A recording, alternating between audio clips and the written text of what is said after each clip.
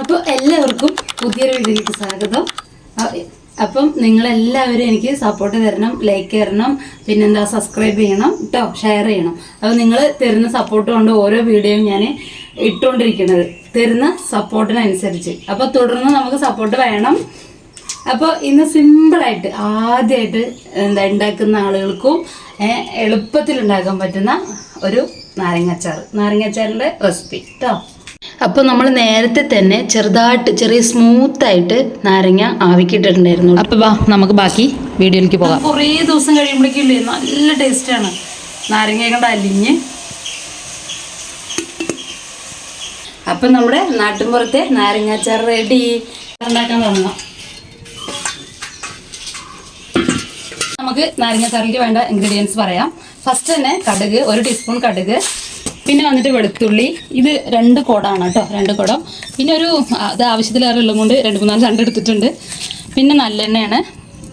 പിന്നെ ഇഞ്ചി, പച്ചമുളക്, പിന്നെ ഇത് പറഞ്ഞാൽ ഏലവിയിൽ പുഴുങ്ങിയതാണ്. ഒരു 3 ഗ്രാമ്പൂ, ഒരു 5 ഏലക്ക, നമുക്ക് LGയുടെ ഒരു കായം, പിന്നെ 1 ടീസ്പൂൺ ഉലുവ, പിന്നെ 1.5 ടീസ്പൂൺ കടുക്.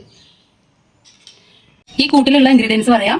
ഏലക്ക, 3 ഏലക്ക, 3 ഗ്രാമ്പൂ, പിന്നെ ഉലുവ, കടുക്. ഇത് ചൂടാക്കിയിട്ട് മുളകും ചൂടാക്കിയതിന് ശേഷം പച്ചമണം മാറ്റിയിട്ട് നമ്മൾ നന്നായിട്ട് അരച്ചെടുത്താണ് കേട്ടോ ഇത്. അപ്പോൾ ഇതിൻ്റെ സ്പെഷ്യൽ ഇൻഗ്രീഡിയൻസ് ആണത്. പിന്നെ നമുക്ക് LGയുടെ ഒരു കായം, പിന്നെ ഈ കാണുന്ന ഇൻഗ്രീഡിയൻസ് മൊത്തം. 1 കിലോ ചെറുനാരങ്ങയാണ് കേട്ടോ, 1 കിലോ ചെറുനാരങ്ങ. അതിലേക്കുള്ള ഇൻഗ്രീഡിയൻസ് ആണ് ഇപ്പം പറഞ്ഞു തന്നത്. അപ്പം നമ്മൾ നല്ലെണ്ണ ഒഴിച്ചിട്ടുണ്ട്. ഞാൻ 1 കിലോ ചെറുനാരങ്ങയ്ക്ക് ഒഴിച്ച നല്ലെണ്ണ ഒരു 200 മില്ലി കേട്ടോ, 200 മില്ലി നല്ലെണ്ണ ഒഴിച്ചിട്ടുണ്ട്. ഇനി ഒരു 2 ടീസ്പൂണ് കടുക് ഇടുക.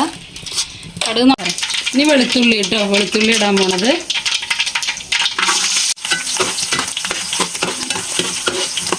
അപ്പോൾ ഇത് നന്നായിട്ടൊന്ന് മൂപ്പിക്കട്ടെ. നന്നായിട്ട് മൂക്കൊന്നും വേണ്ട, ഒരു ബ്രൗൺ കളറിലേക്ക് എത്തുമ്പോൾ ബാക്കി നമുക്ക് ഇഞ്ചി, പച്ചമുളകും ഇടാം, കരുവേപ്പിൻ്റെ ഇല ഇടാം കേട്ടോ.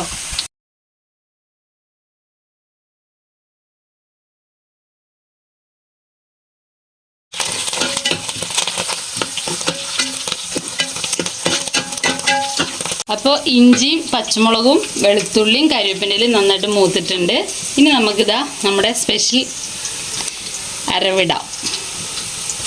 ഒരു പ്രത്യേകിച്ച് കടയിൽ നിന്ന് വാങ്ങിയ ഒരു കൂട്ടുമില്ല. ഒരു മണം വരുന്ന ചക്കര, നല്ല മണം വരുന്നുണ്ട്. ചെറുനാരങ്ങ ഇടുന്നു. നല്ല കായും ഉപ്പും വരട്ടിയതാണ് കേട്ടോ.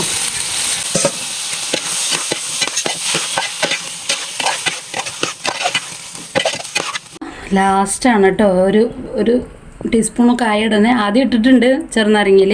നേരത്തെ ചെറുനാരങ്ങയിൽ ഉപ്പിട്ടിട്ടുണ്ടായിരുന്നു, കുറച്ച് കുറവുണ്ട്. അപ്പോൾ ഇങ്ങനെ ലാസ്റ്റ് ആണെങ്കിൽ നമുക്ക് ഉപ്പിട്ടിട്ട് സെറ്റ് ചെയ്യാം. നമ്മൾ 1 സ്പൂൺ പഞ്ചസാരയും കൂടി ആഡ് ചെയ്യുന്നുണ്ട്, മധുരവും പുളിയും ഉപ്പും ബാലൻസ് ചെയ്യാൻ. അപ്പം നമ്മൾ നന്നായിട്ട് ചൂടാറിയതിന് ശേഷം ഭരണിയിലാക്കാം കേട്ടോ. വെള്ളത്തിൻ്റെ ഒരു അംശം എവിടെയും പാടില്ല. വെള്ളമായ പൂപ്പൽ ഓടിക്കും, ഒന്നിനും പറ്റില്ല. അപ്പം നമ്മുടെ നാട്ടിൻപുറത്തെ നാരങ്ങാച്ചാർ റെഡി.